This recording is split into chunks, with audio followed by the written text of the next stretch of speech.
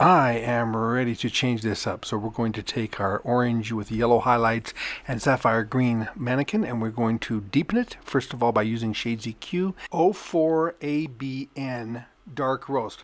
Now what's going to turn it sapphire is the fact that the previous color in the back was green, and the top is so light that the blue or the ash tones in the color will definitely give us a green cast everywhere.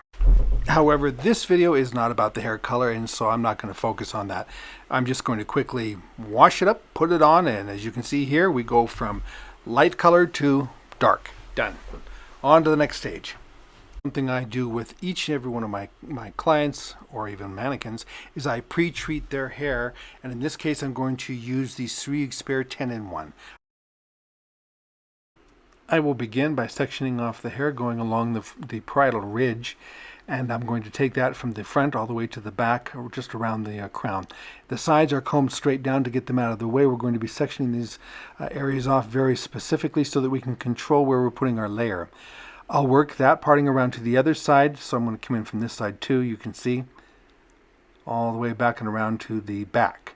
And basically what this is going to do is it's going to follow what would be the parietal ridge on a human, approximately to the between the high of the eyebrow and down to the bridge of the nose. Here, I'll show you what I mean.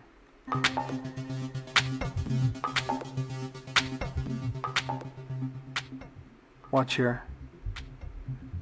See what I mean? So it's kind of the high of the eyebrow. Basically what you're doing is you want a layer, or excuse me, an angle like that, so that it's going to follow the bone structure of the head.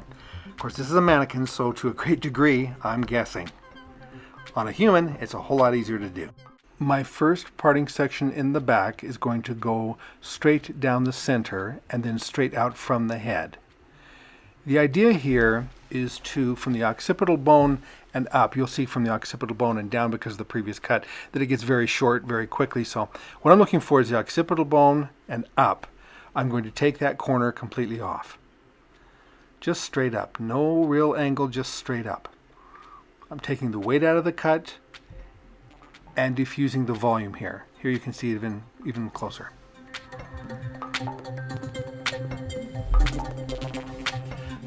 Now my sections will go over, it's a traveling guide, my sections will go over to the right and to the left, and as I do so, I like to make sure that the sections are definitely see-through. I want to be able to see exactly what I'm getting out of this, so I'll just take it nice and careful.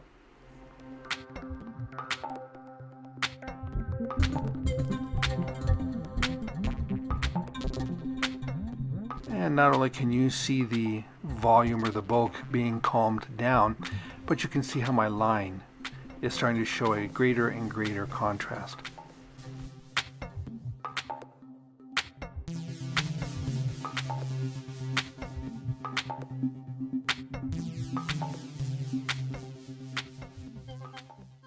I will work these layers to both sides of the back, just behind the ear. I'll take those last sections and I won't keep rolling or going around the head. Rather, I will direct them back to the back of the head, giving me more weight and length between the back side and the side. That'll give me something to work with so I don't overlayer. You can see me doing it on this side as well.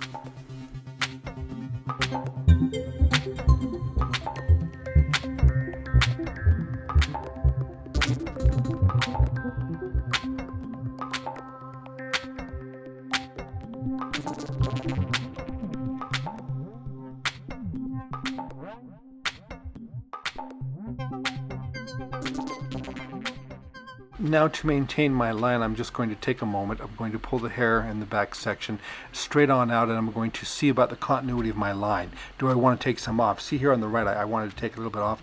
I'll do that point cutting here on the left, point cut it off.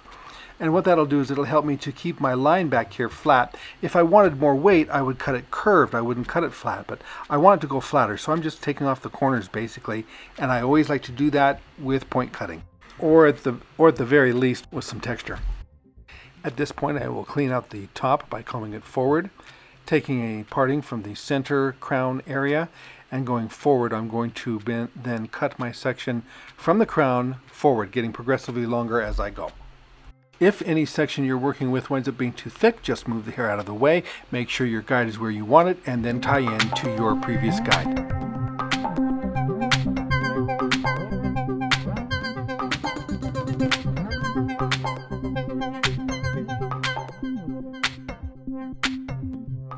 Notice at this point what I'm going to do is start adding some length as I move forward, and that way I can start getting a little bit longer, and that's going to complement my shape quite nicely. So just a little bit. It doesn't need to be dramatic on this particular cut, this particular time. So just progressively, you can see right here, just direct it back a little bit more before I cut it right here. Let's just direct that. There we go.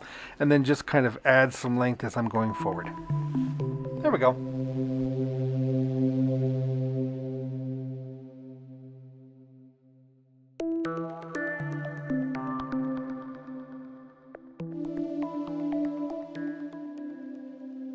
To accommodate how the back will fall and make sure that it blends with the haircut, notice that the sections will be done in a square pattern. See what I mean here? Across the top and then no further down than the two side areas. You may, like I did, decide to over-direct the section a little bit. It's going to be up to you and how you want to interpret this look. Notice how my last side sections here are parallel to the parting.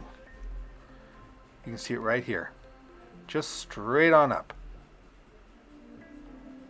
Do notice that all of my sections are see-through, so I can see the previous guide, and so I'm not getting too much hair into each section. If you do that, you're going to over-direct, and although the cut will initially look really nice, it will not wear as well. Over a period of time, the cut will collapse on itself. So please notice that my sections are now going pie-shaped. To keep it refined as long as possible, take very thin sections.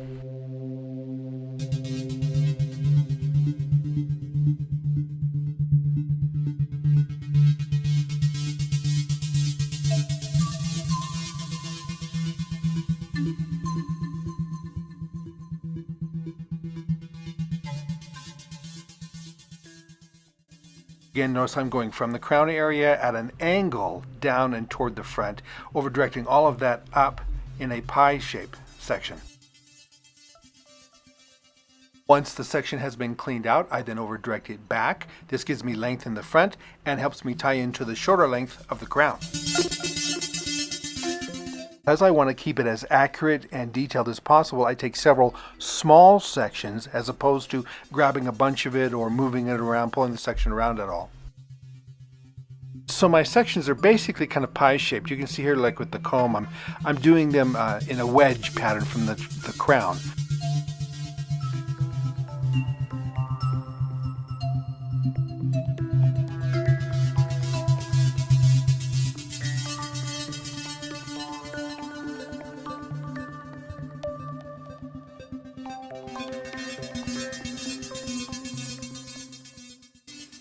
Beginning with my center section once again, I will then work my way over to the left side and repeat the process entirely.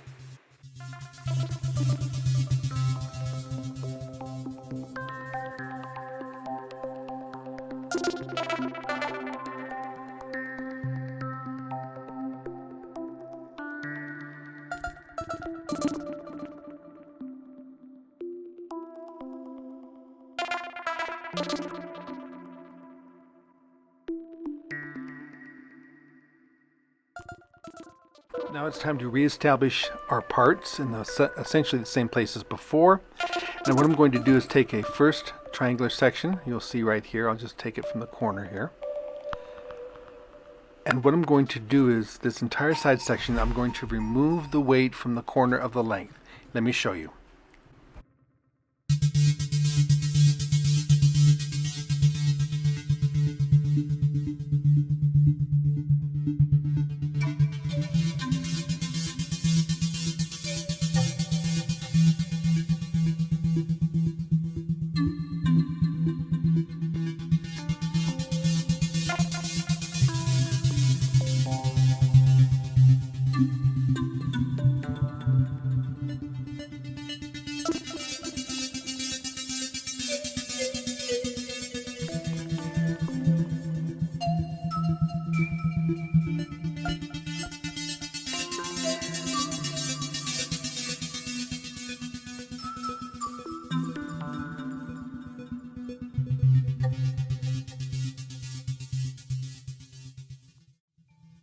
Notice how this serves to remove the weight from the sides, causing the side section to curve in better at the bottom and to lay straighter or flatter, if you will, less volume anyway, on the side portion of it. Now let's do the other side of it.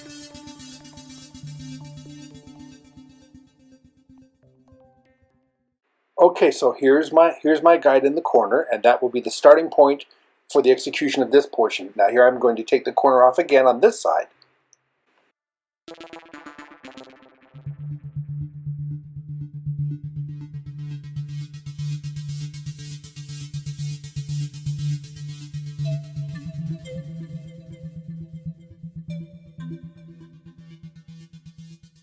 I now want to soften the edges in the back a little bit so they're not so square.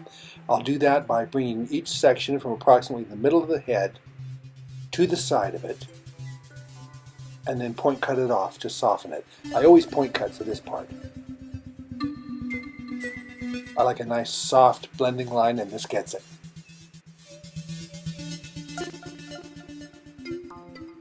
Now not too much because you don't want to round the cut off. Just looking to get rid of some of that bulk. See the corner? Just take that corner off with point cutting.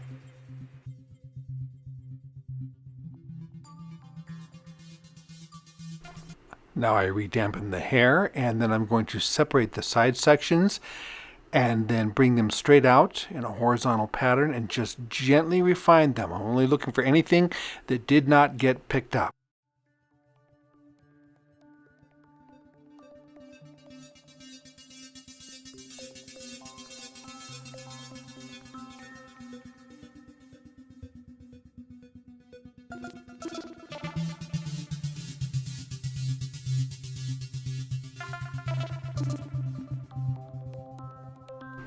And just a little bit of point cutting to refine my section, just to blend it a little bit better here in the corner. It's got a little extra weight to it, so we'll just soften that.